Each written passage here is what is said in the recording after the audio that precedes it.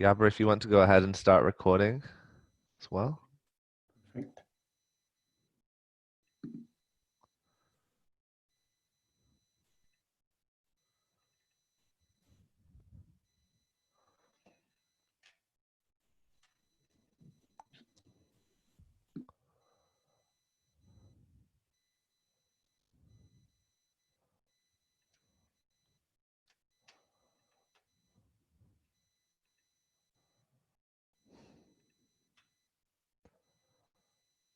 Okay, if everyone's ready, I'm just going to get everything set up and I'll count you in before people join.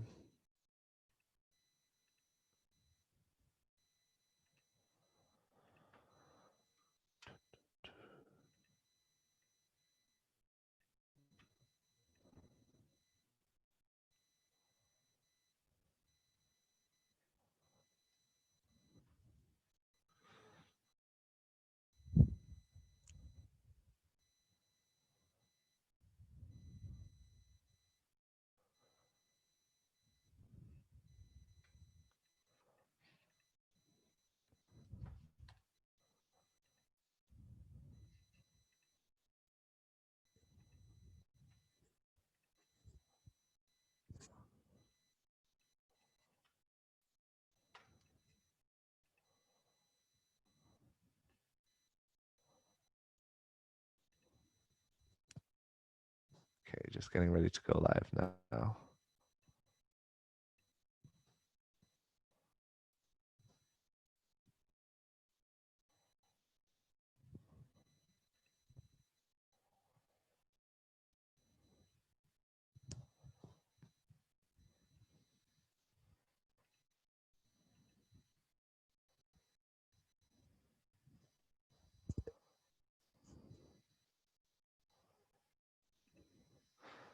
Okay, admitting all.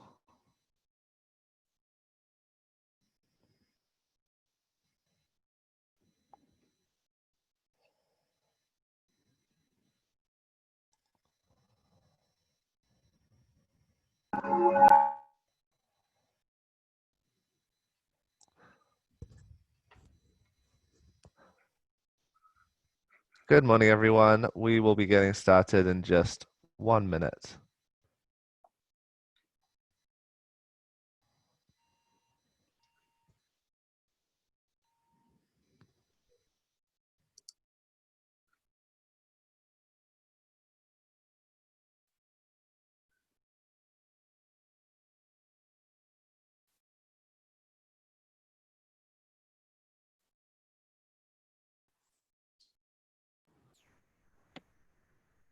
Okay, good morning, everyone, and welcome to this session, Nature's Role in the COVID-19 Recovery Pathway, on day 2 of the CCI-CBF Week 2020, with people joining virtually from around the world. My name is James Ellsmore. I'm the Master of Ceremonies for today, and I'll just run you through some brief housekeeping and the session summary before introducing you to our fantastic moderator, who will then run the rest of the session.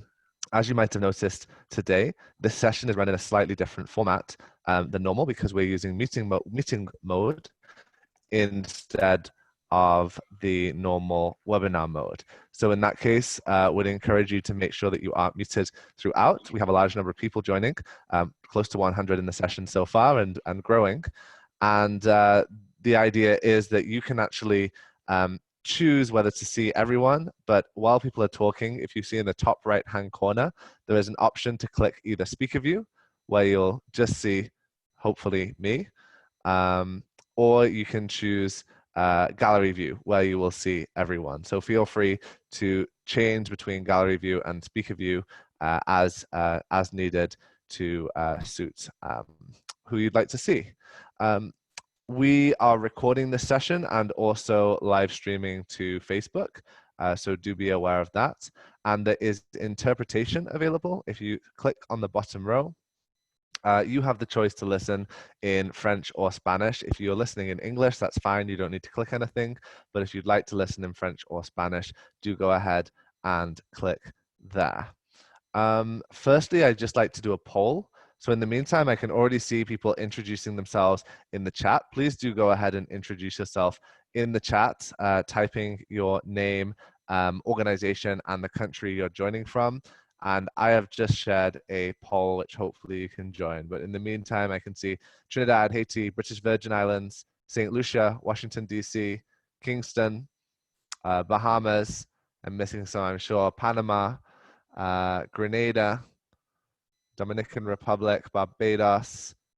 We've got a good representation from across the region.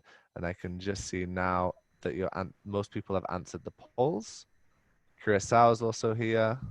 OECS, St. Lucia, Trinidad, Georgetown. Great.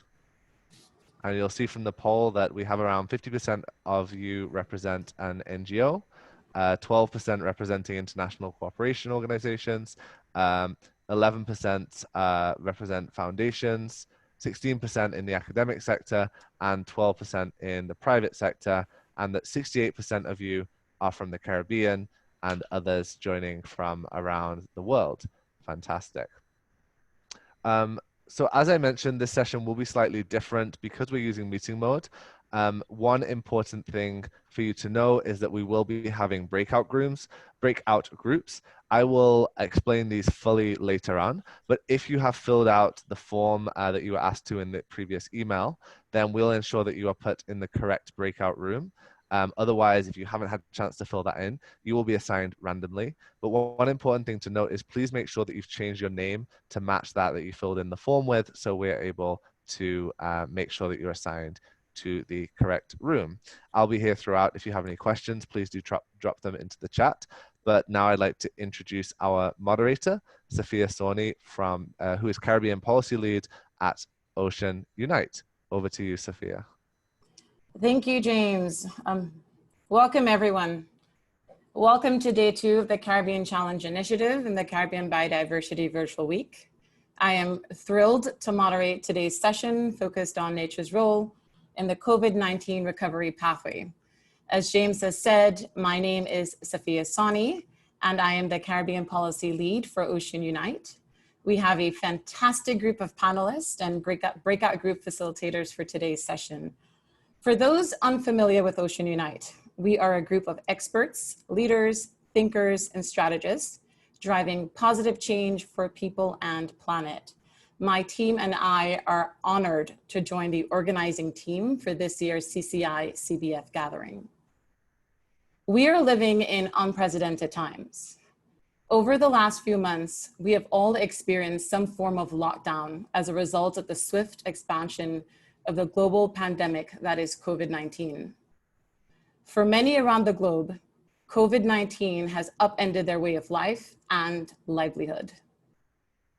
In particular for the Caribbean region, in an effort to curb the devastation of COVID in our islands, we have been forced to implement stringent lockdown measures, including the closure of many of our airports. As a region highly dependent on tourism as a crucial means of income generation, making this decision would have been an incredibly challenging one for many of our leaders.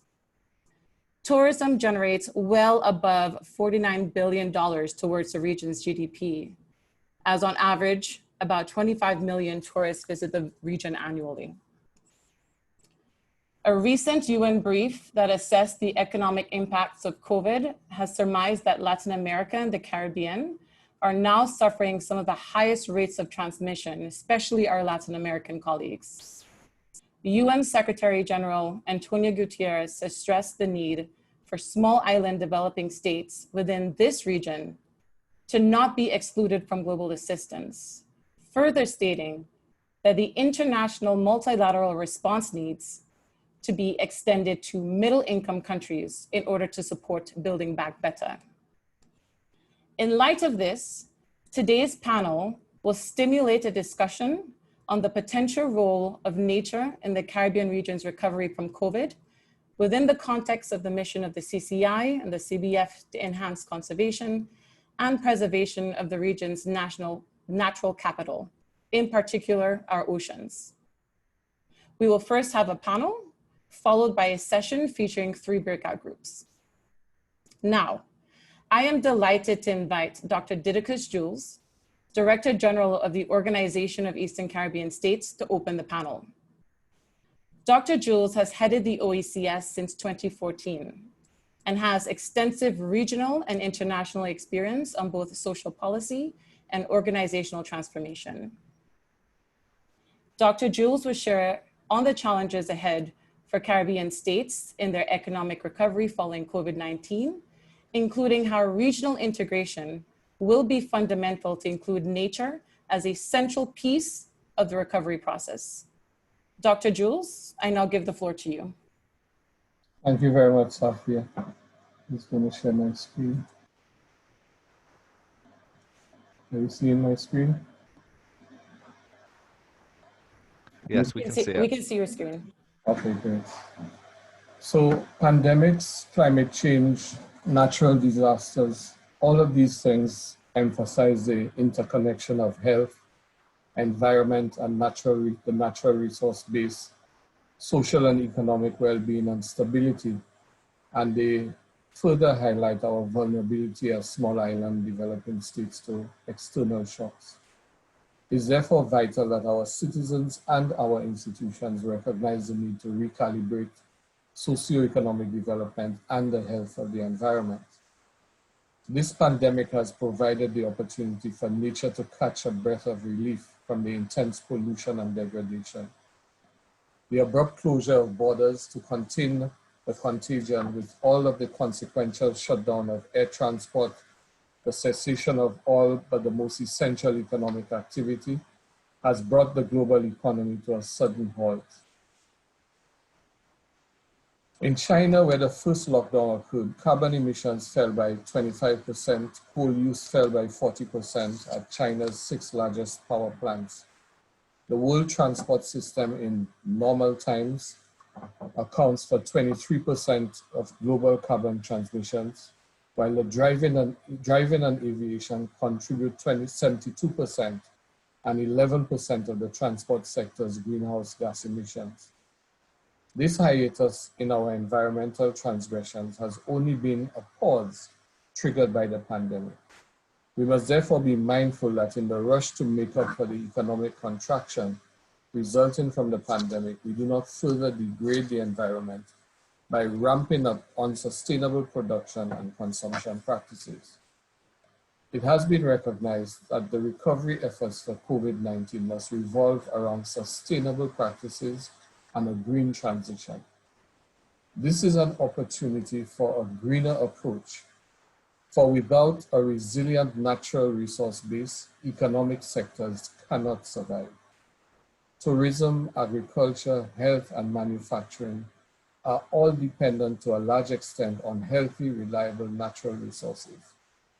The World Economic Forum has estimated that half of the world's GDP, $44 trillion US, is highly or moderately dependent on nature, and that for every dollar spent on nature restoration, at least $9 of economic benefit can be expected.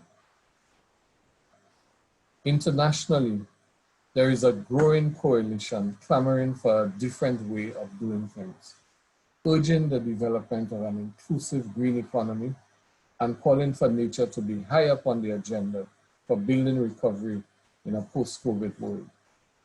We must go further and establish bold, cooperative, and innovative partnerships for sustainable energy that can help us achieve our goals. Our work must continue to build on our efforts for improved use of energy efficiency and renewable energy in micro, small, and medium enterprises, and the move to cleaner, more efficient transportation. We can revitalize the efforts to achieve the sustainable development goals by converging these efforts with the post-COVID reset. The opportunities are innumerable and the task is urgent. Allow me to quickly identify only a few of the imperatives that we must address. And as I identify these, it is important to remember that all of these opportunities speak to rebalancing with nature, intrinsically require engagement with and inclusion of local communities, with traditional resource users, as the reconfiguration of the whole economy is inseparably linked to the fight against poverty and inequity. So we look at agriculture, for example. It is all about nutrition security and sustainable livelihoods, sustainable production and consumption, and creating local wealth in regionalized value chains. And of course, there are a range of very practical things that need to be done, from rainwater harvesting and improved water use efficiency technologies to removal or literal reduction of chemicals, promotion of organic farming methods, including integrated pest management, biological pest control, the elimination of hunger, etc. On the manufacturing front, we are talking about reduce, reuse, and recycle to reduce costs, reduce pollution, support innovation, and promote green entrepreneurship. The integration of energy efficiency and renewable energy technologies. That involves also practical things like improved production from local raw materials, creation of niche products for niche markets, new incentives regimes and industrial policies to encourage and incentivize research and development, and capital investments as principal drivers of innovation in a circular economy. The other area is in tourism. And here it is about healthier coastal and marine systems to maintain and even enhance ecosystem services, healthier reefs, and other marine ecosystems in support of water-based tourism. But on the land side, it's about pursuing health tourism, sports tourism, ecotourism, agritourism, community tourism as an economic avenue using our natural assets. And as you can see from this listing, it is a complete paradigm shift from the old approach of tourism. On the other front, on health, it's all about healthy lifestyles, good nutrition, and linking biodiversity to health in terms of preservation, conservation, use of natural medicines, return to examination, and development of traditional medicines. On the fisheries front, a more diverse fish products on the market, preservation and cultivation of high-value seafood.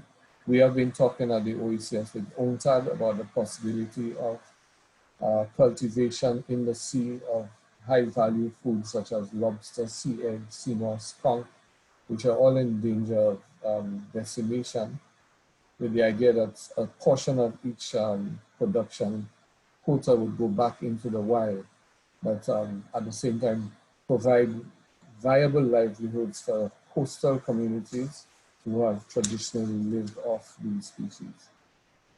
Then there is the nature-based solutions, cross-cutting solutions, an ecosystemic approach to climate change challenges, environmental sustainability as the key, urgent key to human sustainability.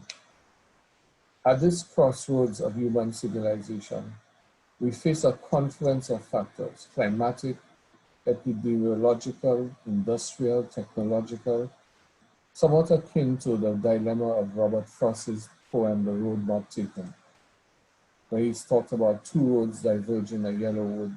I'm sorry I could not travel both and be one traveler. Long I stood and looked down as far as I could to where it bent in the undergrowth. Our well-traveled road of development at the cost of environment, at the cost of profits before people, the wasteful destruction of war above the investment in the bounty of peace have brought us to this impasse. The global pause button called COVID-19 has provided respite for nature to provide us with glimpses of its recuperative capacity. It is now up to us to demonstrate our regenerative ability as a species and to rebalance and recalibrate ourselves in the equilibrium of the universe. The World Economic Forum claims that human activity has already wiped out 83% of wild mammals and half of all plants, while the IPCC research has found that industrial activity has severely altered 3/4 of ice-free land and 2/3 of marine environments. This is not a time for tinkering. It is an opportunity for transformation. It is time for the road not taken. Thank you.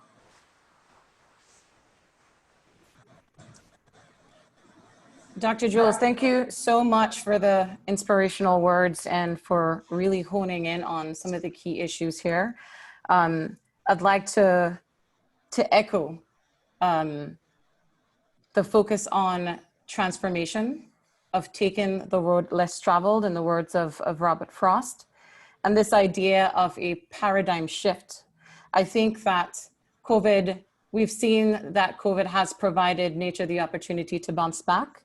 But as you've said, we have to be aware that once we do get back to normal, if we can, that we don't do so at the mercy of nature. Focusing in on some of these recommendations that you made, focus on sustainable livelihoods, sustainable production, reducing, reusing, and recycling, including innovation in some of the approaches we decide to take, a focus on health, eco-agri, communities using our national assets, and focusing on the traditional local users. I think this is all very important and very solid recommendations on the way forward. Dr. Jules, I know that you don't have a lot of time to stay with us today, and so I encourage everyone that's participating in today's session to please send in any questions you have in the chat. We have a few of our folks here that will be pulling out questions. So if you have a specific question for Dr. Jules, please feel free to share it in the chat group, and we'll have an opportunity to share those with him before he leaves us today. I know we have a poll, James. If you can share, there's a second poll we have for the audience. If you're able to share that poll before I introduce our next panelist. So the poll asks, are you familiar with ways in which nature would help with COVID responses? Yes or no?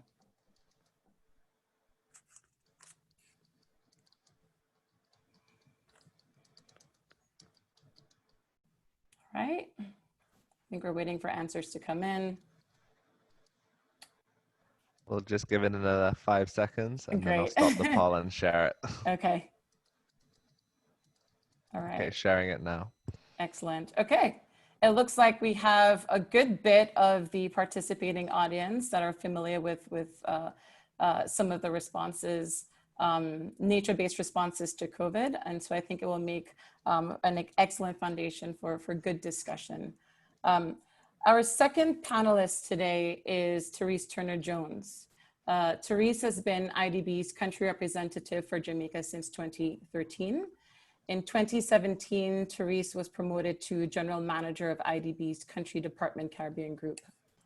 In today's panel, she will focus on discussing the function of development partners in the economic recovery pathways, including IDB's views on nature's role in this context. So things like economic incentives and packages for countries, opportunities, and created for nature-based solutions. So Therese, I give the floor over to you. Yeah, thank you, Safiya, and thanks, Didacus, for that, for segueing in with a nice poem, and that's a great quote. Road less traveled.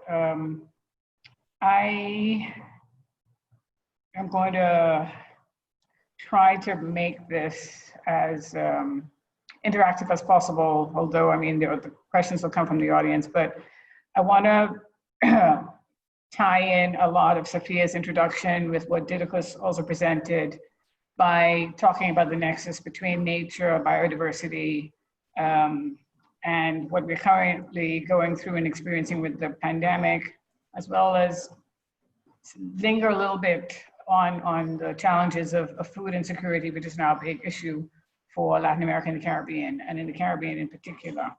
I have the outline of this presentation is going to be fairly straightforward. I'll give some perspectives on the link between nature and the global economy, the role of biodiversity in that. I'll talk a bit about the prototypes for how we emerge from this pandemic. What has been the performance so far of countries trying to deal with the pandemic and get out of it, and most of that, unfortunately, most of those stories come from the developed countries, but talk a little bit about the green economy and how that can help. And then, as I mentioned earlier, talk about food security and what are some of the livelihood impacts of what we're dealing with, and then how the IDB can help and what are some program responses that we're advising our clients in this region to do. So thanks very much for having the IDB here again, welcoming all of our Facebook. I hope we have billions of people watching us and participating in this exercise, because this is our new way of interacting with the world and interacting with each other.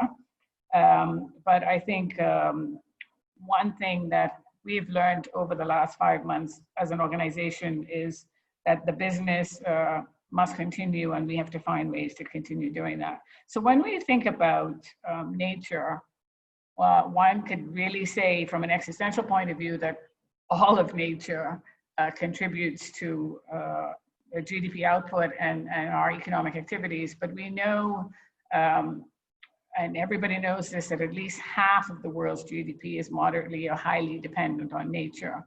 And whether we're talking about tourism or whether we're talking about agriculture, whether we're talking about even thinking, using this estimate from the World Wildlife Foundation that over $125 trillion per year of free support comes from nature, whether it's, pollinating insects for plants to grow, and those plants then become pharmaceuticals or food, whatever.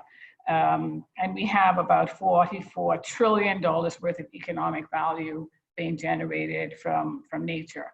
And of course, that varies across the planet and depends on which country we're talking about. But we know, of course, that in the Caribbean, we're talking more about tourism and the blue economy, as we can see from this next slide. So if we look at just the blue economy and island biodiversity, what's the value of small island development states and our coastal capital? Just tourism alone generates billions of dollars for this region. Coral reefs, another $19 billion worth of value can be generated from this. We have fisheries, we have all of the extraction that we can get from our coastal zones, whether it's through tourism, dive tourism, or fisheries. And this is all based on reefs at risk evaluations done in 2000. So that information, of course, is being updated. But tourism dependency, when we look at the Caribbean region, we have some of the most tourism dependent countries around the world.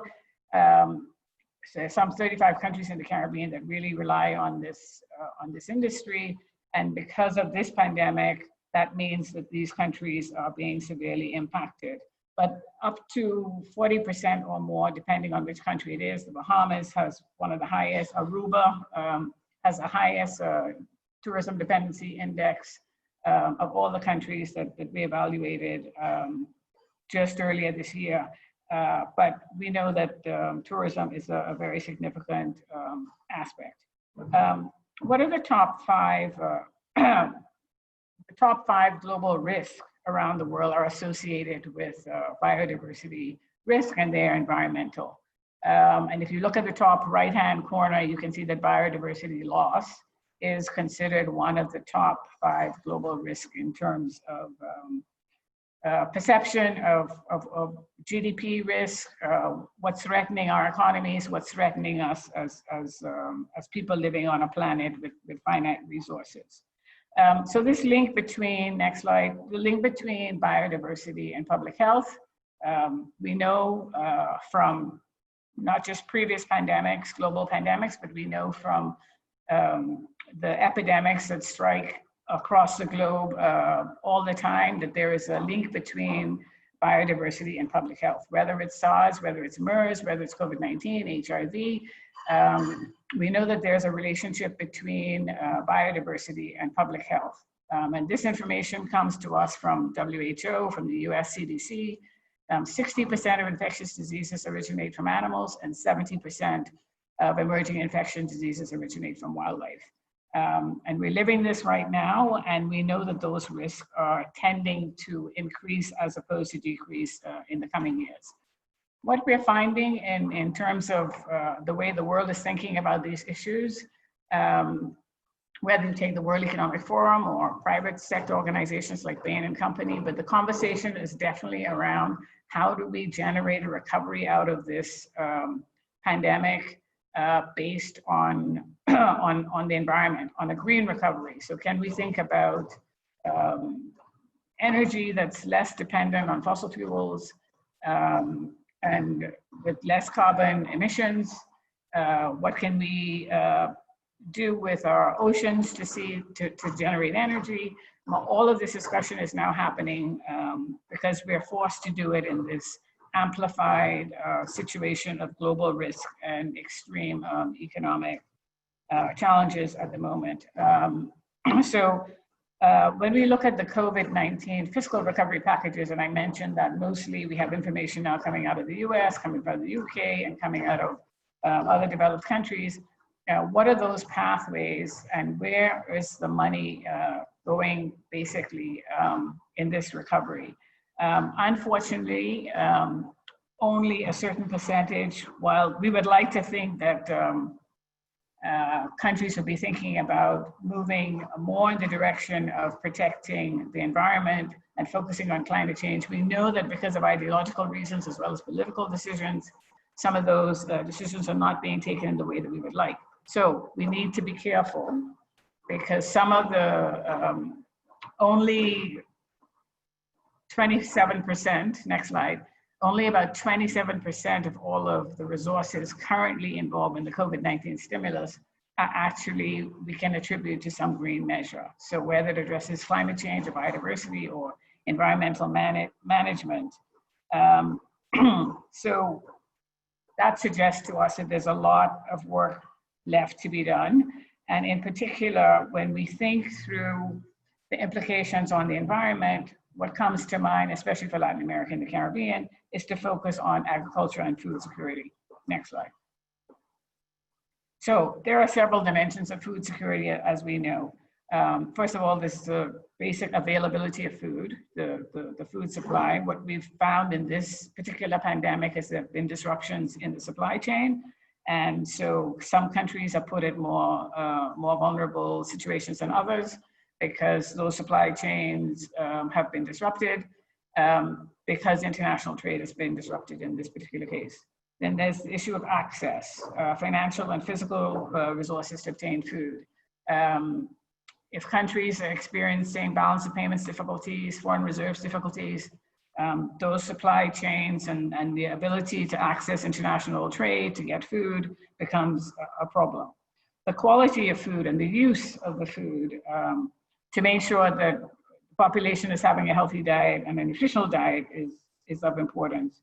And the last aspect of this is stability, the capacity to maintain constant access to food and to make sure that that food makes sense for the population.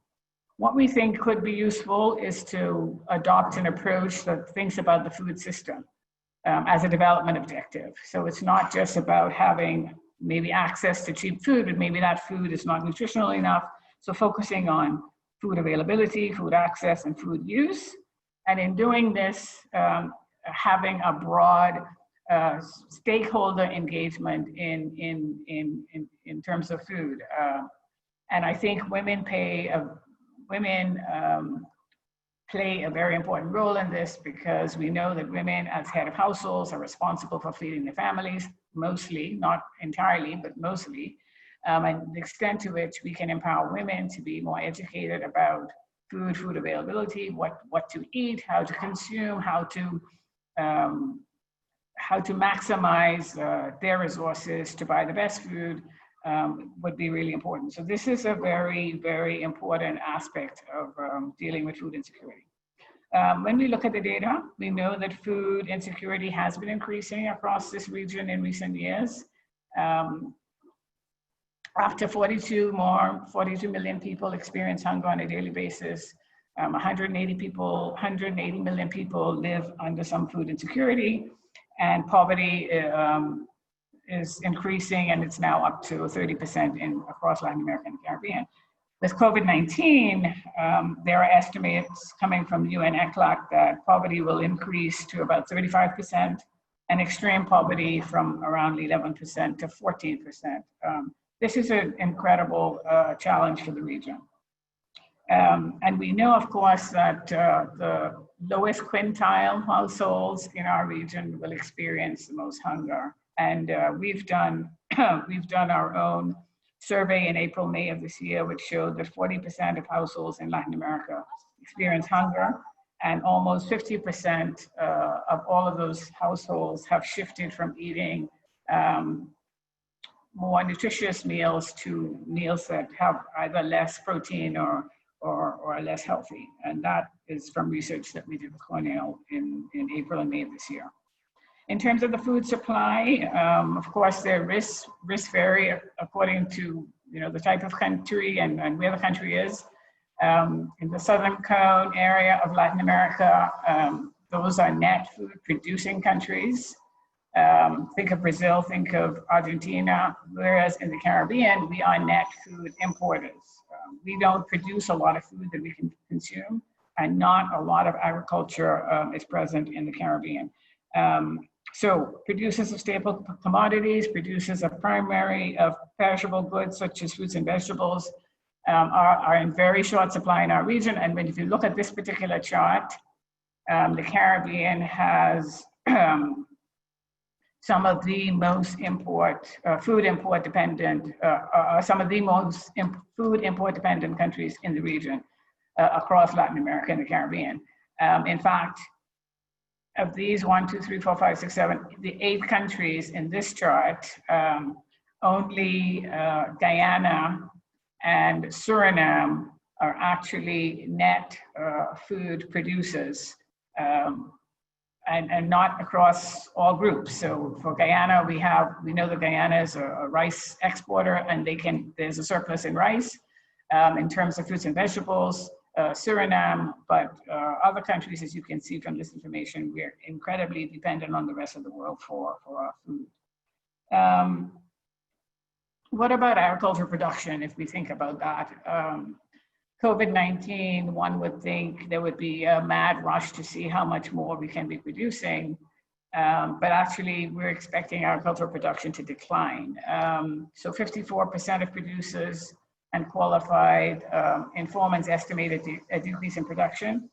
61% of producers who responded to the survey experienced some problems in producing more. In Peru, agricultural GDP is expected to fall by about 2.5%. And in Argentina, the fruit and vegetable and dairy chains are having a strong impact because of demand problems, because population income is falling, which just affects very small producers. So this is not a good story, everybody, which suggests that we need to really focus on this area a lot. In terms of the Caribbean, we know, because of what I just described, we're extremely vulnerable. However, we have experienced reduced demand, and that's because incomes are falling, lots of people are unemployed, so food bills are declining, and that could also have a negative loop for food producers in the region because crops are accumulating. For example, in Jamaica, what we found in the early part of this pandemic, once the hotels closed down, farmers had a lot of surplus produce. But what was evident was that it was not so easy to get produce that farmers were producing that were traditionally going to hotels to the consumer markets in metropolitan areas of Jamaica. And what's been remarkable is how small farmers markets have been cropping up, and that produce is now finding its way into markets in the cities to satisfy consumers in the city. Of course, we have liquidity constraints as a result of the reduced demand, and also what I just mentioned about where the crops are being grown and where the markets are involves transportation, and that there was a lot of disruption in the whole transport mechanisms over this period. And lastly, there's the issue of lack of labor, particularly given the kinds of crops that are grown in our region. So what do we do? I think what we are advising countries to do, those that are producing lots of produce, for example, is to try to sustain that production, help with the functioning of markets. And so whether it's taking those crops that were heading for tourism markets, which no longer exist, and translating those into the supermarkets or into farmers markets so the average people can have access to, that's another area. And in that, of course, is the whole putting in place an emergency program to prevent food losses and waste. And for agricultural ministries and others involved in this to monitor the international and national logistical supply chains. And finally, to promote fiscal and trade policies that don't weaken regional and global food chains and trade. I think in terms of this recovery, there are so many aspects that are integrated. As we've all been saying in every single webinar, whether it's been on tourism and agriculture or the digital transformation, what we're understanding from COVID-19 and the future of our planet is that every aspect of life is integrated. And it starts with our biodiversity, it starts with the environment, it starts with our natural assets, it starts with our human capital, and finding ways to bridge all of these various issues, whether it's making sure that women and children in COVID-19 are protected, or whether it's women who are living in agricultural areas have access to land to produce food, to look after their families. This is an opportunity for us to think very broadly about how to come out of this recovery in a way that not only is better for our region, but is better for our planet, and it's sustainable in the long term. Finally, just to say a little bit about what the IDB is doing with its clients in the region. We're working on many fronts, of course, disaster risk mitigation, making sure that in the event of natural disasters, countries have insurance in the face of a natural disaster. We've looked at our existing portfolios in countries to see where we can redirect resources to health and to agriculture or to wherever the need is. There's a lot of attention now being paid to economic recovery and how to support governments to do that, including by providing access to credit for small and medium enterprises and strengthening public policy and fiscal management in the process. Thank you very much, and I look forward to the breakout discussions. Therese, thank you so very much. That was incredibly informative. Lots of great, helpful, comprehensive figures. And I'd just like to echo what you've said. It starts with natural assets and human capital, certainly as we try to make our way out of COVID-19. Also, thank you for putting into context the value of nature, especially as it pertains to green recovery. It very much aligns with Dr. Jules's intervention this morning, which spoke to environmental sustainability as an agent of change. And I'm so happy that you pointed out the need for improved fiscal and trade policies as it pertains to our rising food insecurity issues, especially in our region, and rising poverty levels, which we know like COVID-19 has further exacerbated. I think this is all very, very informative, and I'm so happy that you were able to share with us this morning. We are running about 10 minutes behind. And so I will quickly introduce our very last panelist. It's Karolin Troubetzkoy. Karolin is the Executive Director of Marketing and Operations of Anse Chastenay and the Jade Mountain Resorts in Soufrière St. Lucia. She's also the President of the St. Lucia Hospitality and Tourism Association. And I know the CBF and the CCI network is very much lucky to have her as the special envoy to the CCI. Karolin, I give you the floor. Good morning, good afternoon, everyone across the world. I want to start by actually, as the envoy of the CCI, thank Safiya and Ocean Unite for sponsoring and co-organizing the event today. this week, I should say. So I had the pleasure to also be the president of the Caribbean Hotel and Tourism Association. And that was a rock and roll experience because I got every disaster that I thought couldn't become worse. It started with Sargassum, Zika, and then the 2017 hurricanes. So little did we know that after the 2017 hurricanes, there could even be a worse crisis that presented itself with COVID-19. Tourism, travel and tourism, as we know, has been hit the hardest by COVID-19 as an industry. When you look at the figures that came out of the WTTC, the World Travel and Tourism Council, over 100 million jobs are in jeopardy worldwide, and 21 trillion US dollars are lost to the global economy and in 2020 from the tourism and travel sector. The UNWTO predicts a decline of between 58 to 78% in the international tourist arrivals. Now, in the Caribbean, we had a great year, 2019, where I would say we finally got out of the whole depression of 2017 and the hurricanes, and we looked at $31 million in 31 million visitors, stayover visitors in 2019, and over 30 million cruise visitors. They together contributed over 40 billion US dollars to the region. This stood for almost 14% of travel and tourism contribution to the region's GDP.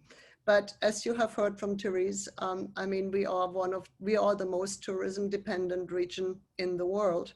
And there are islands like the British Virgin Islands where 98% of their GDP relies on travel and tourism. So when tourism goes down, this doesn't bode well for the economies of the Caribbean. Caribbean tourism supported, I should say, over 2.8 million jobs, and that's over 15% of all the jobs in the Caribbean. We started out with a fairly optimistic forecast for 2020. We thought that some of the destinations that still had closures of hotels would finally come out after the hurricanes of 2017, but then the first rumblings in the jungle really started ending of January, and then you saw the first impact on tourism when the first cruise ships got canceled in February. And by March, you already saw over 57% of cruise visitors, reductions of 57% by March in cruise arrivals. In regard to stayover visitors, by March 2020, we had a decline for 43% just for March. And then, of course, as you know, most destinations ended up closing their airports and occupancies went to zero, with the exception perhaps of some of the hotels that ended up to be used as quarantine hotels. By early June and now going into July and ending of July, you will have seen hotels reopen, borders reopen, and about 69% of the hotels in the Caribbean are hoping to in fact be open by end of July. But we have to be honest that we're looking at a very, very, very slow recovery curve.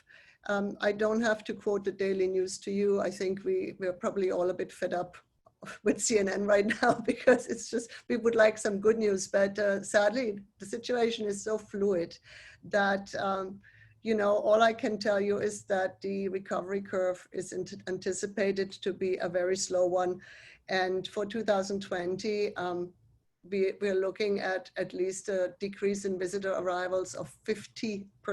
And I mean, again, we're guessing, we don't even know what the rest of the year will hold. With numbers, COVID numbers going up in some areas rather than down.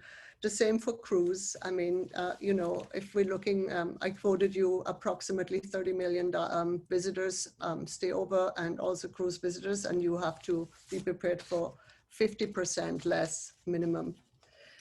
Now, the future of tourism, or tourism generally, is of course very closely linked to the health our marine environment. There was a study done before COVID-19 by the Nature Conservancy and JetBlue that showed that $7.9 billion annually were contributed directly through reef-associated tourism from over 11 million visitors, accounting for over 23% of all tourism spending in the region. Now, going forward, we are using terms like building back better. We did that after the hurricanes as well. We want to build resilience. We want to practice responsible tourism, and we want to, I would say, almost educate and cultivate responsible travelers because they have to go hand in hand. We want to operate sustainably. So we must be part of the solution. We cannot be the problem. We need to preserve and protect. We should teach our tourists to use but not abuse. And we need to work very hard to keep as much economic benefit as possible in the region. Now, hotels have, there's many challenges and also the burden we place as an industry on various sectors or communities, whether it's water management, it's the entire treatment of wastewater management, waste management in general, and of course some of the procedures now that have come out of COVID-19 where we are not supposed to use shared devices. So suddenly we are back to single-use plastics when we have probably spent the last few years trying to reduce the single-use plastic. So that's deeply depressing from a perspective of sustainability. We sort of really, I think, all know what tourism should do, but I think the big challenge now is that we must not overlook the financial crisis that has come out of COVID-19. Hotels are traditionally not rich in cash assets. We have physical assets. And so when our assets are heads in beds, when there are no heads in beds, everything crumbles. And I think in some areas like St. Lucia, the crumbling has already shown its ugly face. The Tourism Enhancement Fund, which is an initiative I was pleased to bring to the table a couple of years ago in St. Lucia, had made a commitment to the St. Lucia National Conservation Fund of $100,000 US yearly. We were able to uphold that last year, but sadly we had to advise the fund we couldn't do it this year. At the same time, the Soufrière Marine Managed Area, which was actually one of the first marine protected areas in the Caribbean, heavily reliant on the fee that users of the marine reserve pay, did not get any payment. So they are in peril now of going under. So these are all great concerns. Let us, so just like our governments are looking for funding, I think the private sector also would like to make a case that we could be a lot more resilient. We could use this time to build more resilience, whether it is now with renewable energy or improving how we deal with our water management, even, you know, reducing plastic by having water bottling stations, for example. But there also is going to be a need for some funding availability so that we can actually bring that to the table and not now make this the last thing on our mind in this quest for survival. We have often talked about tourism playing a much bigger role in adopting a reef programs, you know, using our more responsible travelers for reef cleanups, creating volunteerism projects, starting coral nurseries. St. Lucia has been very good in creating, I would say, linkages with aquacultures and fishers, but I mean, obviously we want to support sustainable fishing practices and also showcase that on our menus and have sustainable menus. St. Lucia has, for example, created the aquacultural virtual clearinghouse where we connected farmers with hotels to try and get more, reduce the food import bill and really do more purchasing locally. St. Lucia also very nicely now started something called Eat What We Grow, a local campaign to try and encourage our communities to really focus and eat more of our local produce. So, but whether we are looking at mitigating the risks of climate change, water security, water pollution, food security, the solutions need to be found together between the private and public sector. I have said it so many times in the past until I'm blue in the face. And I think the problem here simply is the continuity. I think that nothing what I've just said is probably new, but when we develop a shared vision, it should not be interrupted by the political electoral process from the private sector.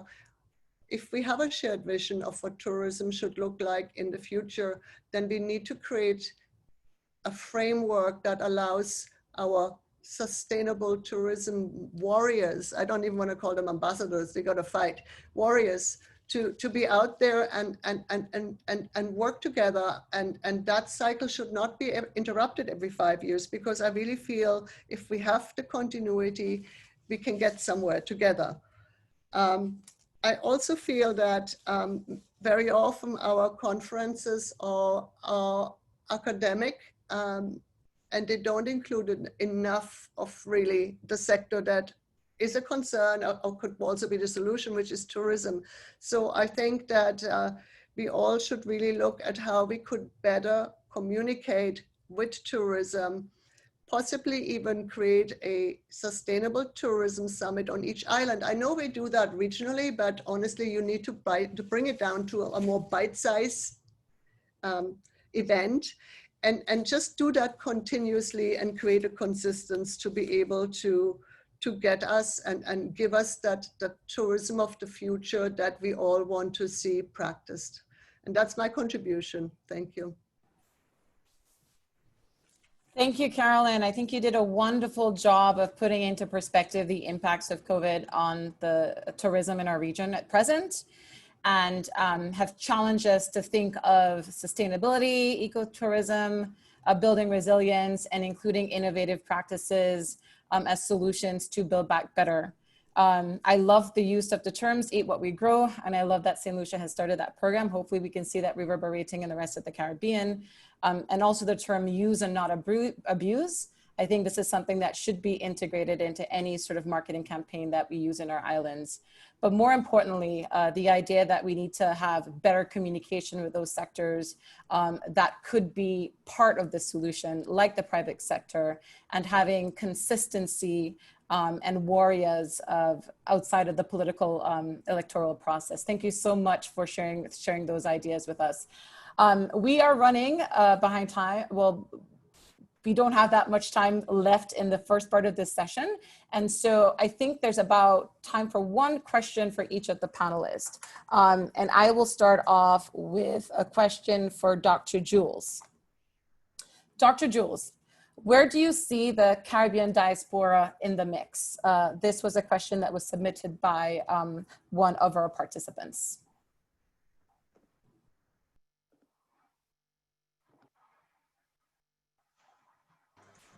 Yeah, sorry, I was trying to. The diaspora, I think, has a very important role to play in that mix from several perspectives. One, what we have seen happening is the beginning of what we suspect might be reverse migration happening in the post-COVID period, particularly from the United States. The buildup of racism with the Black Lives Matter protests and what people have been experiencing there have come under the compounding effect of the COVID flare has led people to start to rethink the safety and security of continuing to live in these societies. So there is a beginning of, you know, we've had several indications. It's not scientific because we have not done any surveys of that, but there are indications that a lot of the diaspora are looking to return. So that means that we have to prepare for their return, because there has to be an absorptive capacity in our society so that they can be productively engaged. We are looking at ways in which our governments, through their investment policies, can privilege investments by the diaspora citizens in the development of our countries. You look at the buildup of resources in the credit unions across the OECS, for example, and there are literally billions of dollars sitting in the credit unions, who in turn, in many cases, have banked their money in foreign banks. And these resources are being used simply to do the traditional loans like car loans and student loans and house mortgages. But very little of that resource, or comparatively little of it, is going into productive investment, like investment in startup companies and so on. So we are having in September what we call a sustainable development movement, and I would urge persons to go on our website to check it out.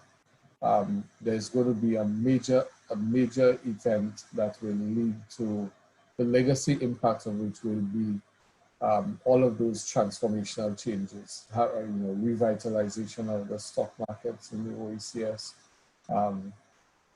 bigger engagement with young people in particular, the promotion of entrepreneurship, the better embrace of the diaspora, creating opportunities for them to participate in the development of our countries and therefore be less dependent on foreign aid.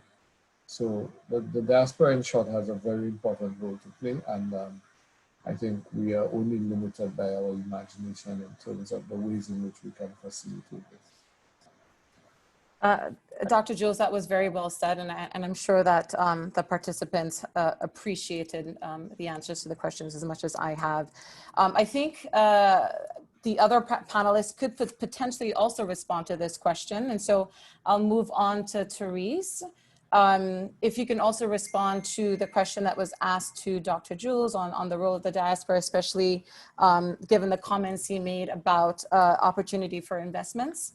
But there's also a second question that was asked, and the question is there going to be a coordinated regional action plan to deal with the issue of food security for the region? Therese. That's a really good question. This one about is there a coordinated action plan? Not that I know of, but the IDB is certainly looking at this as to one of the ways to put in place a program to help with the recovery. Given that, I mean, everybody's emphasized it in their remarks, we have absolutely no idea when this is going to end. And it means that as we go deeper into the economic recession, as fewer people are returning to work because the delays in the borders being reopened and the hotels are still closed, a lot of people are left unemployed. I think the food security issue really starts to take center stage. And I think it needs to be monitored in each country very, very carefully. Just taking anecdotal evidence of what I'm observing in the Jamaican newspapers of the response of corporates to helping vulnerable groups. I mean, there is more and more demand for people to have food support. And I know that's also happening in places like the Bahamas, where some churches are doing outreach and doing packages for people on a Friday afternoon. I'm gathering that in some places, the numbers have gone from providing 20 such care packages to up to 200 over this period, and the demand is now going even higher. So I think we have to be really careful. I would like to suggest that CARICOM, for example, think of a coordinated response to the food insecurity issue to see how we can do this better. Remember, a country like Guyana, which is, as you can tell from the table, you don't remember, but the table, Guyana has the capacity to feed our region quite capably. Jamaica, we know, is also very good in some agricultural products. And for example, I talked about the surplus that could have gone to hotels, but because there are no tourists, that produce is being sold in markets in Kingston. You know, if we did have a coordinated mechanism in place, imagine those produce could have been exported to Bahamas or Barbados or other countries where there's less produce being available. So I think there is something here that could be done better to make sure that we don't end up with more people being forced to eat unhealthily in the coming months. Very good point. Yeah. On the issue of the diaspora, just quickly, you know, there's so many papers, so much research already done on how best to use the diaspora, right? If you take just the human capital, the skills that are in the UK or in the United States or in Canada, I think the region still hasn't found the best way to harness that knowledge to its advantage. We've used examples of Israel and diaspora bonds, for example, as ways in which to provide resources to do development work in the region. But for whatever reason, that hasn't caught on as much in the Caribbean as in other places. But I think there is renewed interest in how do we capture some of the resources that we know the diaspora provides. It's not just the remittances. Remember, remittances are very much the backbone of foreign exchange receipts in a country like Jamaica. Remittances actually are higher as a share of GDP, believe it or not, than tourism receipts in Jamaica. So that is a very important channel for support for many families in Jamaica, and important for Jamaica being able to supply its, you know, the foreign exchange it needs to support its imports. So I think the diaspora will always be a very fascinating aspect of development to study, because we haven't really captured all of the value that I think the region can. Safiya? Sure. Yeah, I'd like to just pitch in on the food issue. Sure. What Therese is calling for is in fact on the way. CARICOM has been discussing the need for food security, a coordinated food security plan response. And some action has taken place on that. But prior to COVID, the OECS as a grouping had been very actively engaged in an agri-shipping initiative. We had 2 refrigerated boats flying the chain of islands. And what we had been doing was very progressively upping the standards. So we started with having hucksters bringing their loads of stuff for sale in the other islands. And we indicated to them that it's a work in progress, because there have been many studies done. Since Eric Williams, we've been talking about the need for food security, but nothing has been done. So what we said to the hucksters initially was that these boats were available, you can start to ship your stuff. St. Vincent was the sort of pilot beachhead for this. And we started shipping, and we said we will build a road as we walk it. So don't expect there to be a smooth road. So we moved from shipping in crocus bags to shipping in cardboard containers to proper institutional proper phytosanitary standards, etc. And in fact, I would urge people to just, you know, Google agriculture and St. Vincent, because you will see St. Vincent has been since Dominica got devastated by Hurricane Maria, St. Vincent has been our bastion of food production in the OECS, and we have a very progressive Ministry of Agriculture there that has been really pushing the envelope. So in December 2019, for example, for the first time in history, no eggs were imported into St. Vincent. We've had a very vibrant trade across the OECS with exchanges between ministries, Grenada providing support to St. Vincent in the production of the improvement of their spice industry, St. Vincent providing shipping cattle and meat to Grenada, and also assisting with root crop production in that country.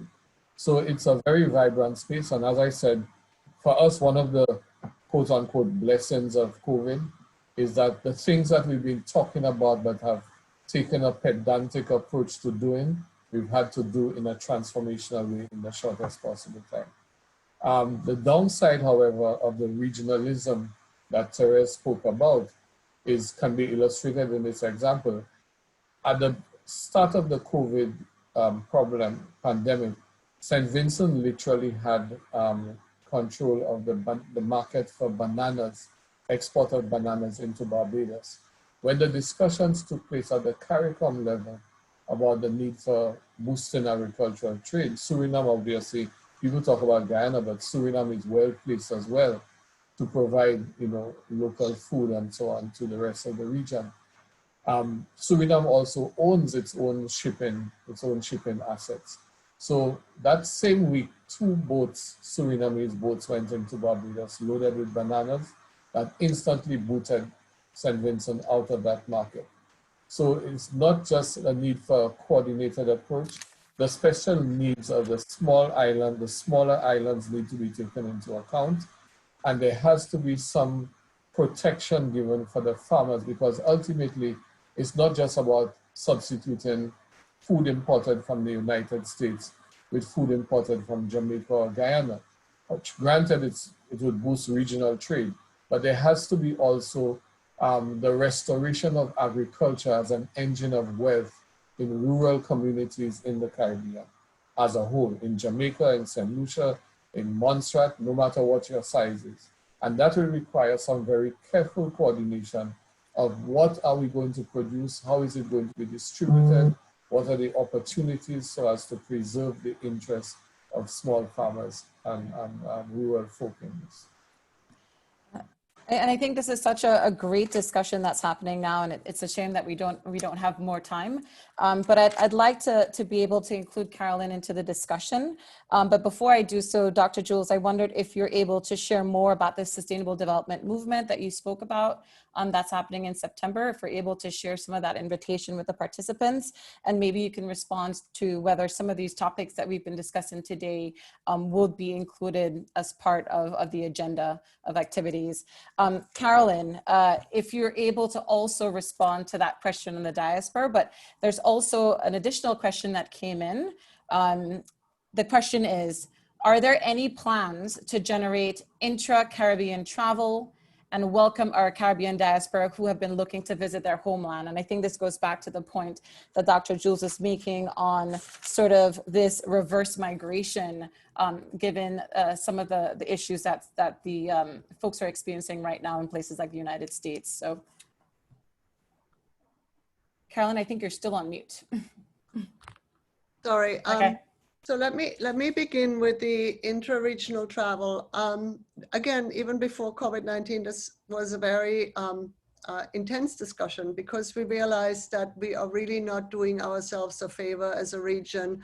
We don't trade with each other to the extent we should, and we certainly don't travel enough within the region.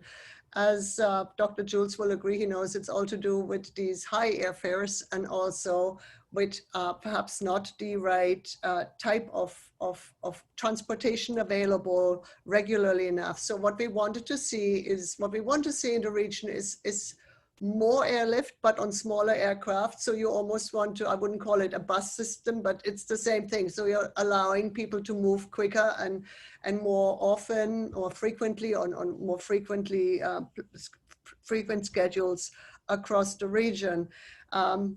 There has been for the longest while, I think, a modified air services.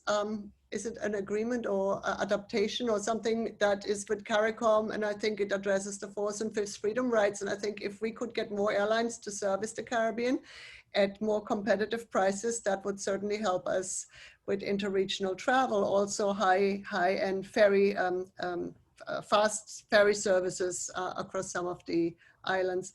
The diaspora is this untapped potential, whether you look at it from support for the countries in the Caribbean, but also from a travel and tourism perspective. That's where I leave it now, because I know you're out of time. Yes, thank you so much, Karolin. And I'd like to thank all the panelists that's joined me this morning. I think the discussion was incredibly valuable. Thank you for finding the time to be part of this discussion and support this week of meetings. We quickly have to move on to the next session. If you're able to stick around, I do encourage you to stick around and participate. And I will now pass the floor over to James. I don't know if there's still time for that very last poll, James, before we talk to the audience about the breakout groups in the next session. Sure. Hi, Safiya, and thank you, everyone. That was a fascinating panel. The poll is just coming up now on the screen. We'll leave that for a few seconds, and then I'll let you share the results of that, Safiya. And then in a second, we'll go on to the breakout rooms, and I'll just briefly explain that from a technical standpoint. Great. Thank you, James. And I'll just close the poll And now. I also encourage the panelists to check out the chat room if you haven't had an opportunity to do so. There's lots of really good comments coming in from the participants. And wow, we have a staggering response here to the poll. I think we went up from about 60% to 99%, which means that you were satisfied with the discussion today, and I'm very happy. And again, thank the panelists for their contribution. So James, again, over to you for you to give a description on what to expect next.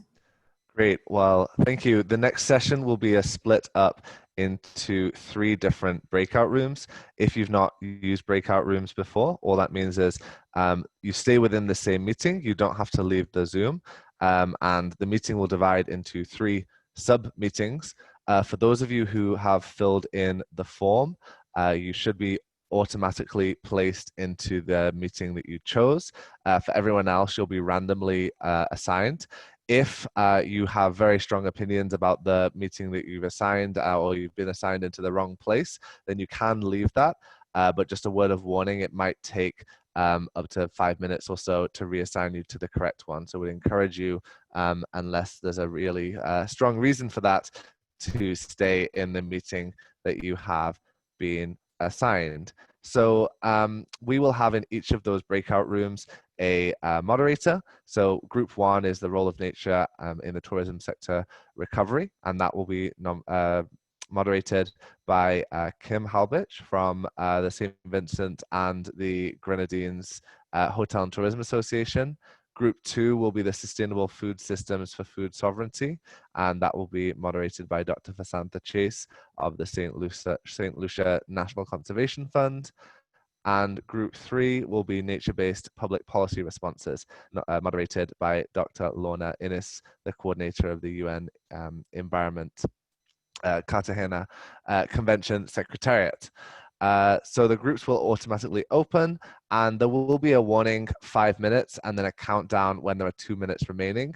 And as we're running 5 minutes late, just a word to everyone that we will end exactly on the hour in 45 minutes, and then we'll come back for 15 more minutes for a final wrap up. So the session will end up 15 minutes. We'll finish 15 minutes later than previously scheduled. So now I'm going to open the rooms. You should move into them automatically, and encourage you to have a great discussion. Turn on your cameras, turn on your microphones when you're able to speak, but make sure you're muted when other people are talking, and make sure it's an interactive discussion. Okay, opening the rooms now.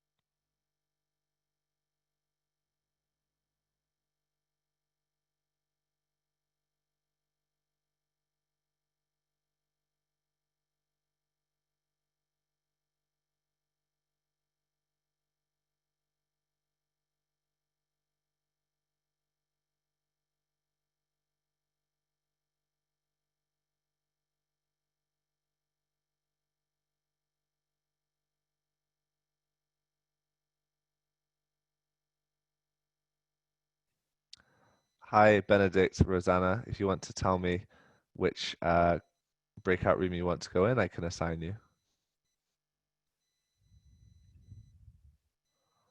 Let me know in the chat, or you should be able to unmute.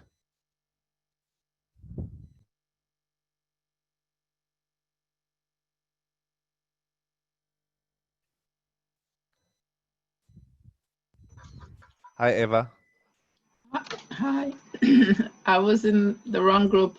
I'm supposed to be Okay. in group 3. Thank you. Let me just. Which group were you assigned to? Group 3. I chose group 3. Okay. Here we go. Move to group 3. You should be reassigned now. Thank you very much. No problem.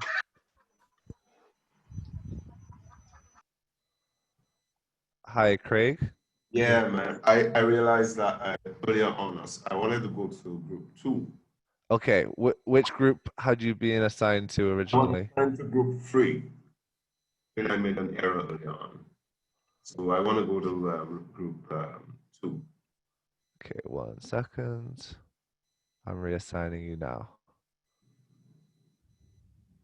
Thank you.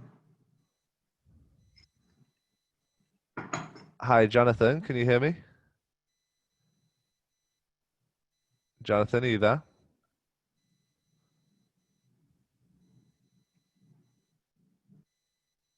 Hello?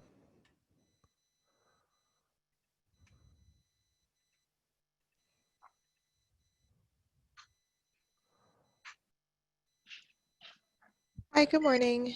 Hi, good morning. Is that Katisha? Yes, this is Kadisha. I was previously in a breakout group, but I originally wanted to be in the one with Lorna Innes. This is on something about policy, I believe. And Okay, Lorna was group 3.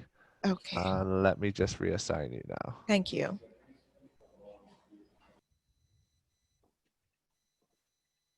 Hey, James. Hi, yes. Who's this? Yeah, I'm still in group. I've not been reassigned, I don't think. Okay. You said you wanted to be in group 3 or 2? Group 2. Okay. It said you've been reassigned now, so you should be able to rejoin. If you click join breakout group, it should add you into group 2. Okay. All right, great. Okay, great. Eva, I'm still here. Yes, I don't see the join breakout group option as yet. remind me which one you wanted to Group be. 3. Group 3. The So you're policy in. one. You are assigned to group 3. You should see at the Yes. bottom of the screen breakout room option.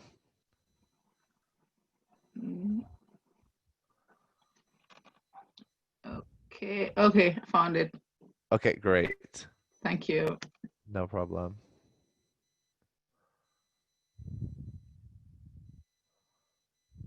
Jonathan, are you there?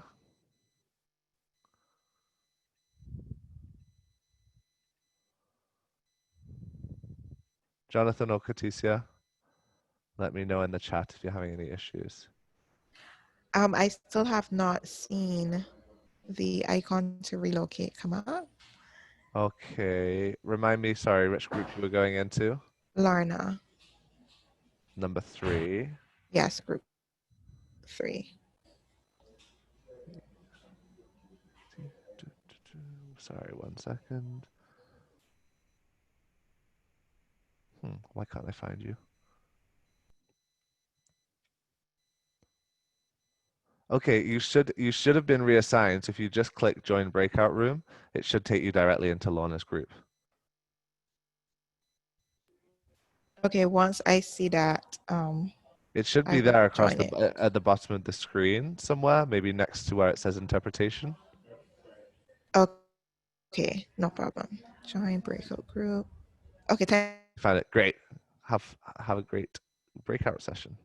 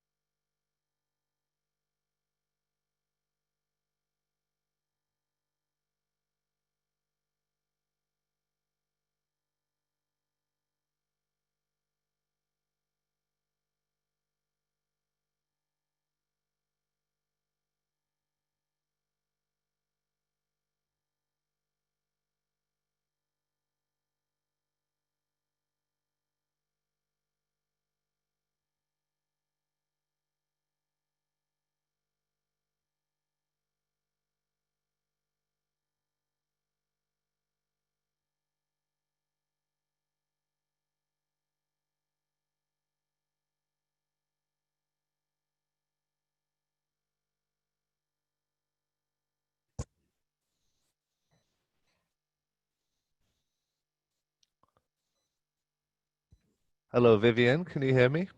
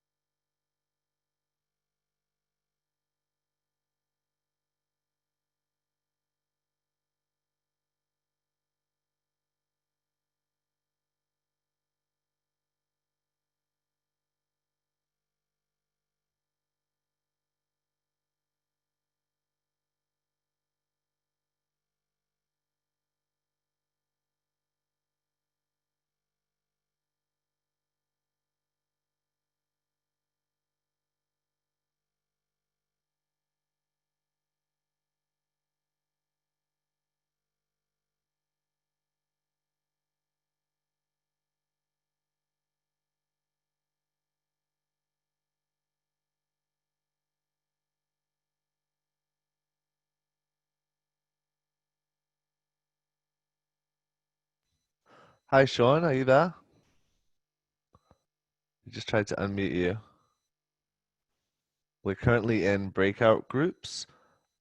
So if you want to let me know in the chat which of the 3 groups you want to join, otherwise I'll just randomly add you to one of them.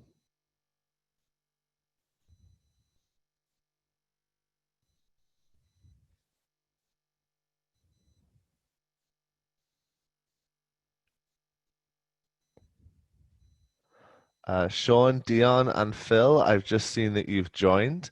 We're currently in breakout rooms.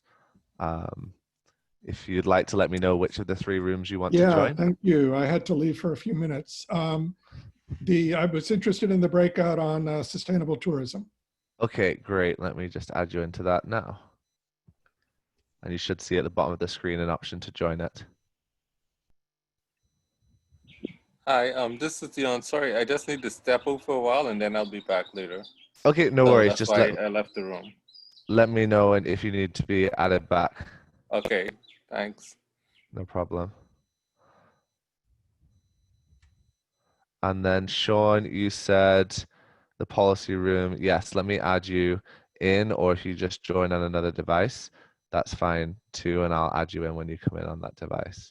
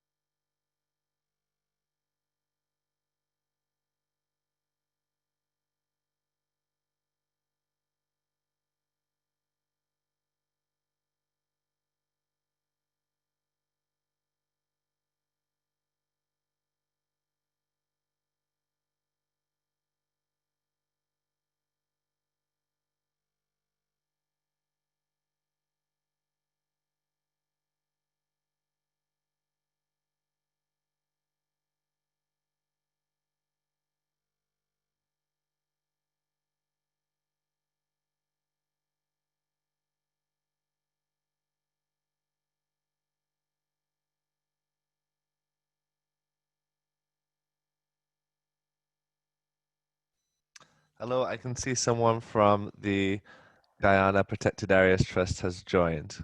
Good morning. Good morning. Hi, we are just in the breakout room section now. I don't know if you have a preferred room that you'd like to join. No, at this point, no, none. Tourism, food systems, or public policy? Food systems. Okay, great. Let me just add you to that now. There you go.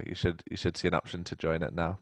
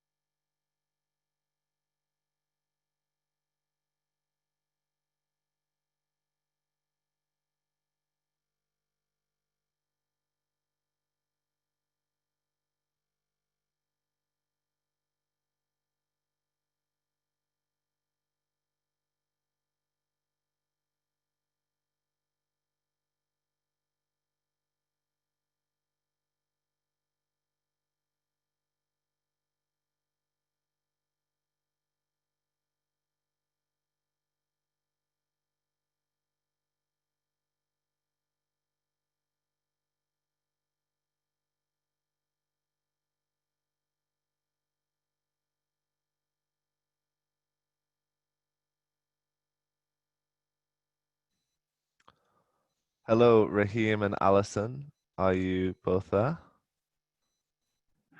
I'm here.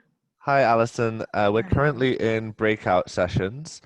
We have tourism, sustainable food systems, or public policy responses to COVID. Is the one that you prefer to join?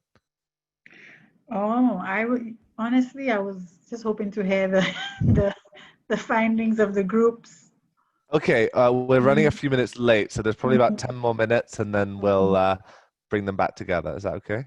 Yeah, because I'm sure you all have had plenty of discussion, so it doesn't make sense for me to join now, I don't think. Well, if you want to just listen, otherwise you can just stay here and then I'll when they come listen. back. I'll Any listen. tourism, food, or public policy? Tourism, food, public. Okay. Any preferred of those three? Oh, I have to go to one of them. Okay. Yeah, sorry. Public policy. I can go to public policy. Great. I'll just add you into that now. It should take you there automatically.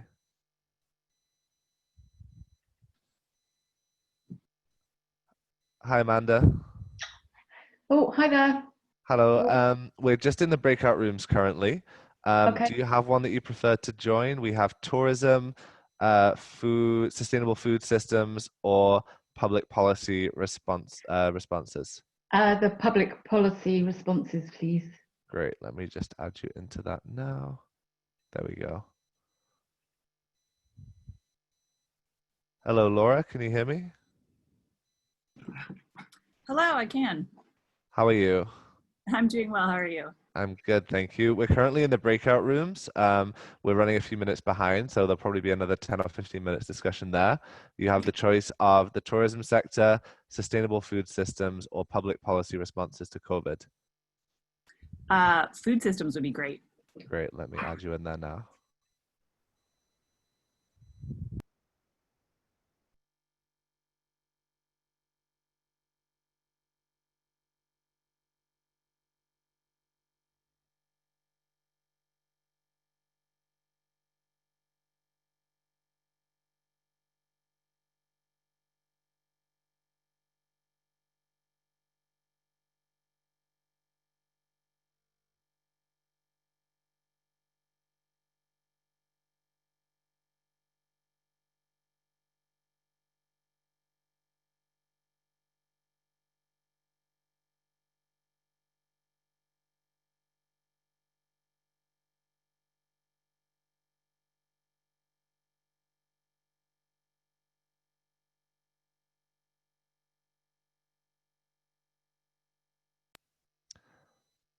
Hello, Andre and Lucan. Can you both hear me?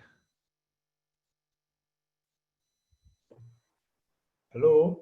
Hello. We're currently in the breakout rooms. So there's Yes, three I breakout rooms. know the breakout rooms. Which one would you like to join? Well, is there much time left? I'm seeing only about 10 minutes left on the clock, though. Yeah, we are running about 15 minutes late. So the breakout rooms will go for another 10 minutes, and then we'll finish about 15 minutes after we originally planned. Okay, great. Can you give me access to the third one? Yes, one Meet, second.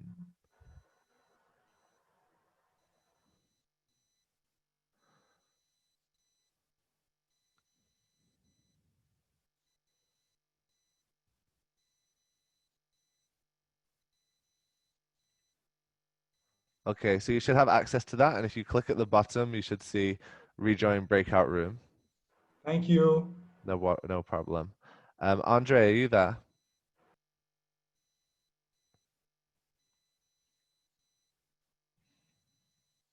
If you can hear me, you can let me know in the chat which of the three rooms you'd like to join.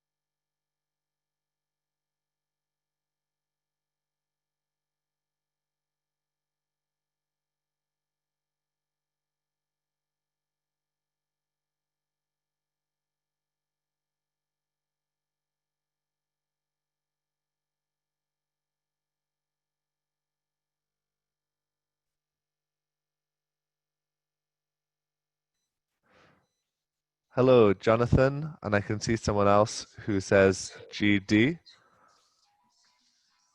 We're currently in the breakout rooms for another 10 minutes. We have ones on tourism, sustainable food systems, and public policy responses. Do you have a preferred one to join? Public policy responses. Great, I'll add you into it now. And sorry, I can only see an acronym GD. Are you there?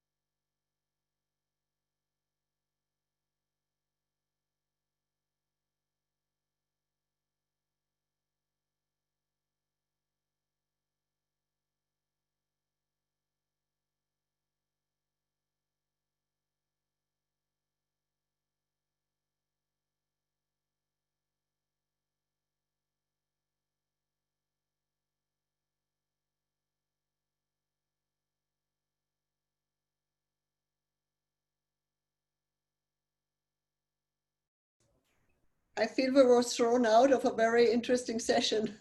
I think we all felt. Oh, I I'm feel so the sorry. same. We needed more time. Yeah. That was good. Oh my. Okay.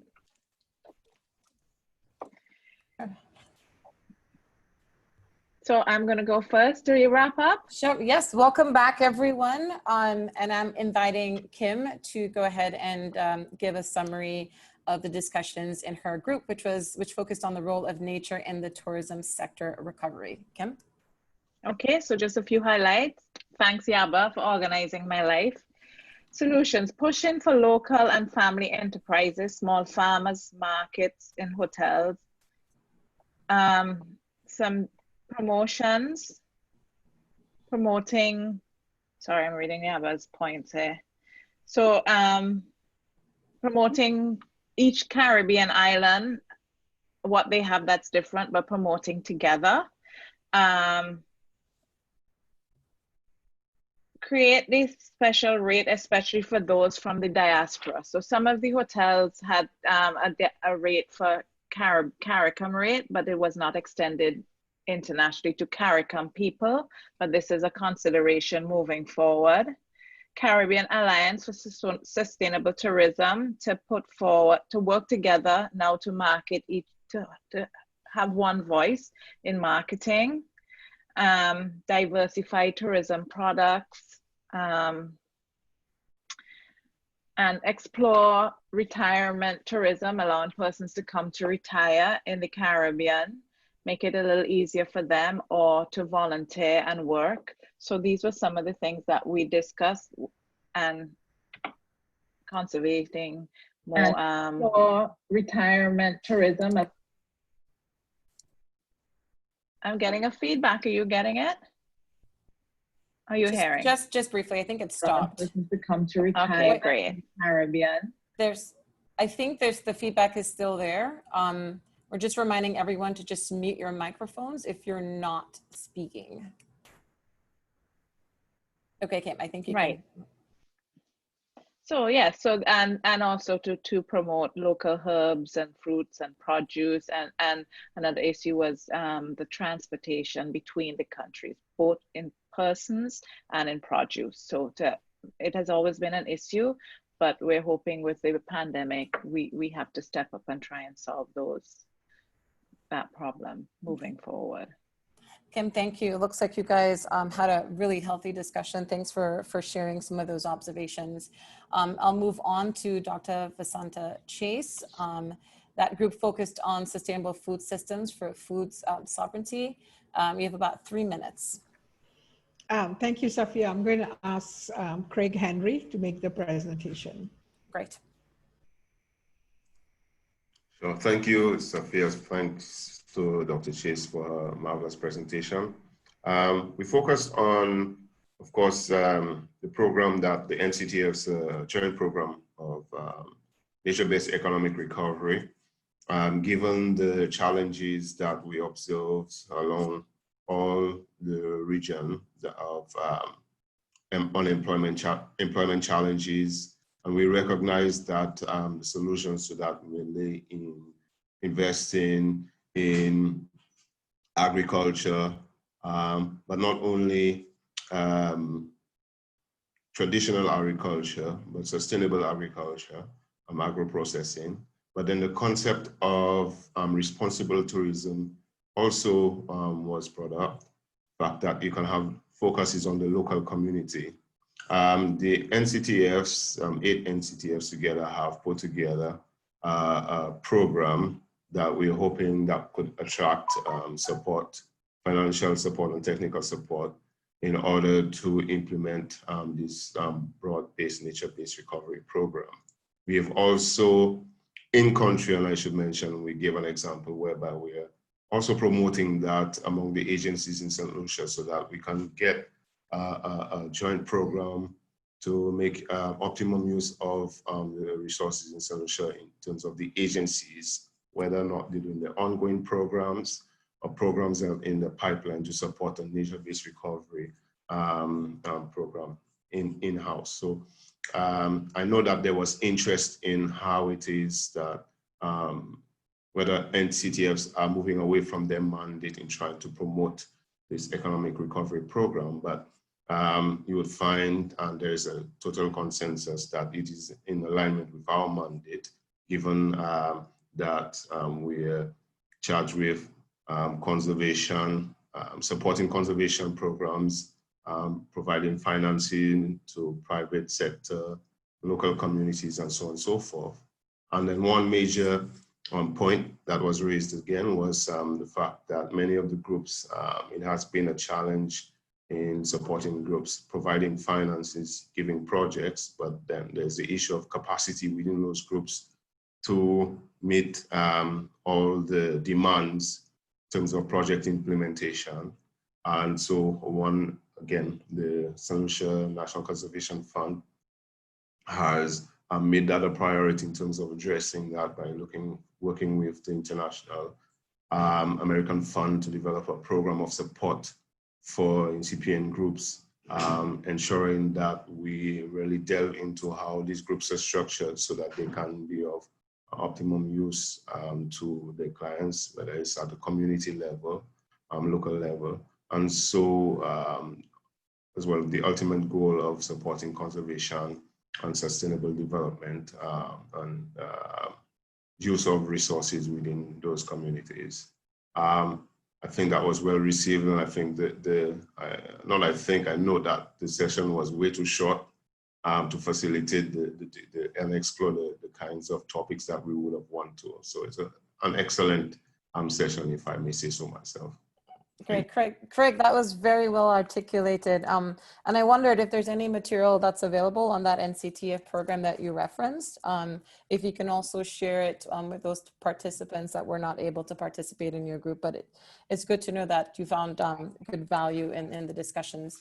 I now invite Dr. Innes to provide a summary of her group. I was fortunate enough to be a part of that group, and I know that the discussions were really, really incredible. So Dr. Innes, I give you the floor. You have about 3 minutes.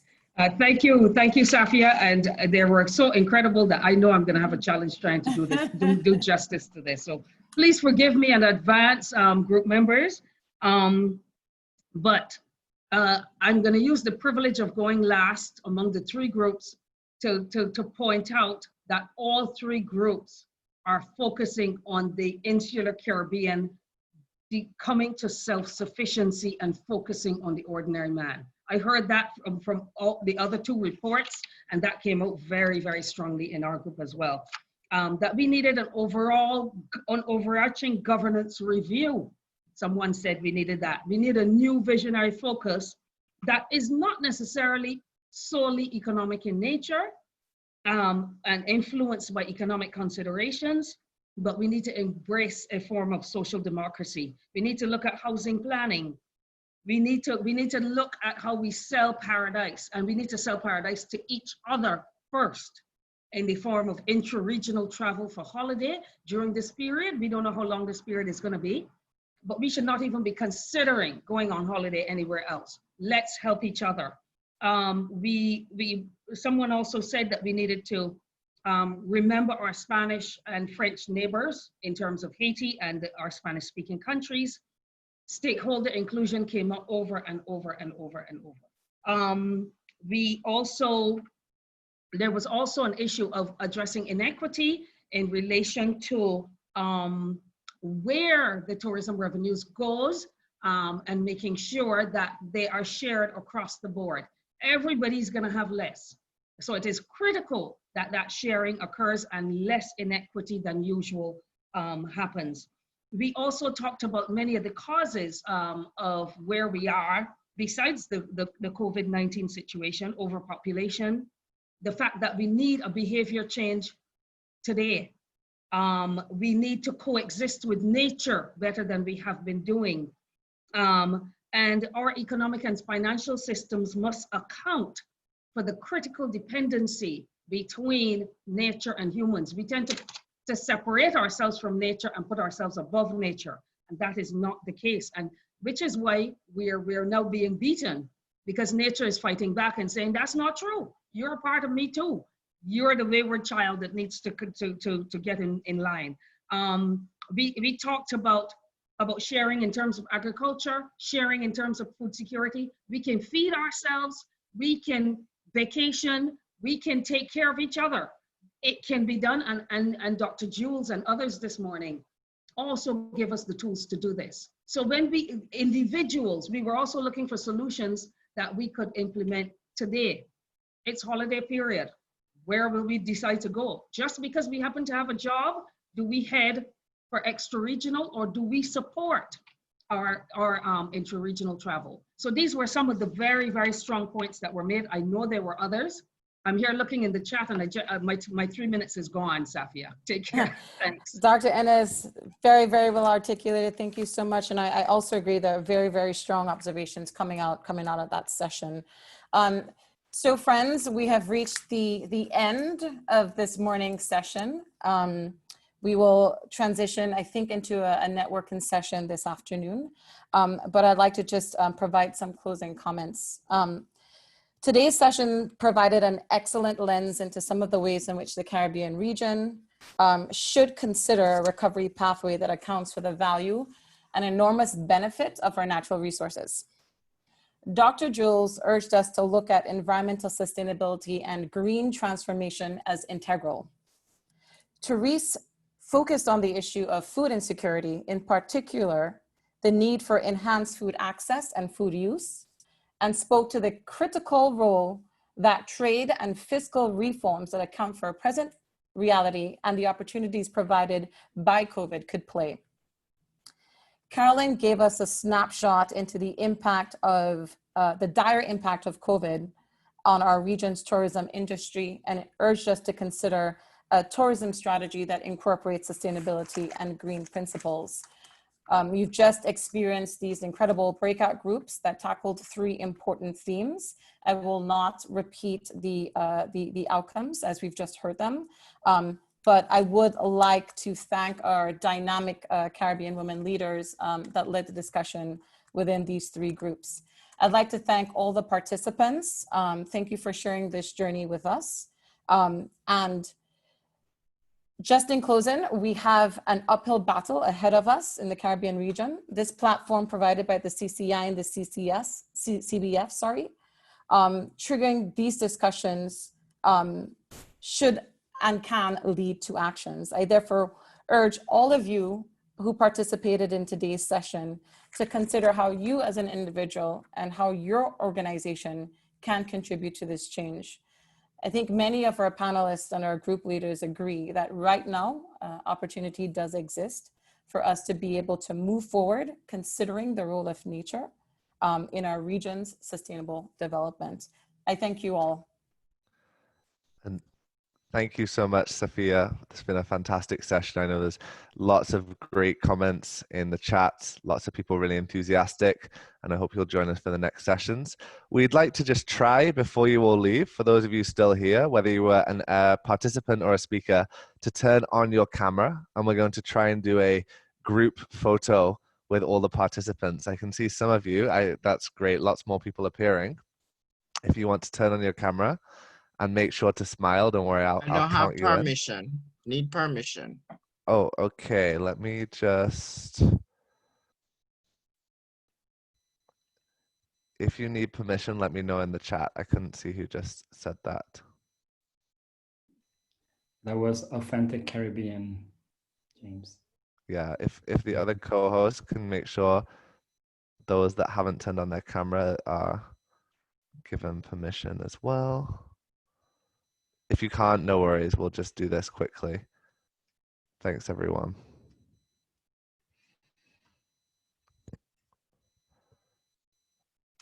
Okay, for those of you who have managed to turn your camera on, we'll get ready. 3, 2, 1, smile. And there's actually 3 pages of photos, so I have to do it 3 times. So you won't know which one you're in.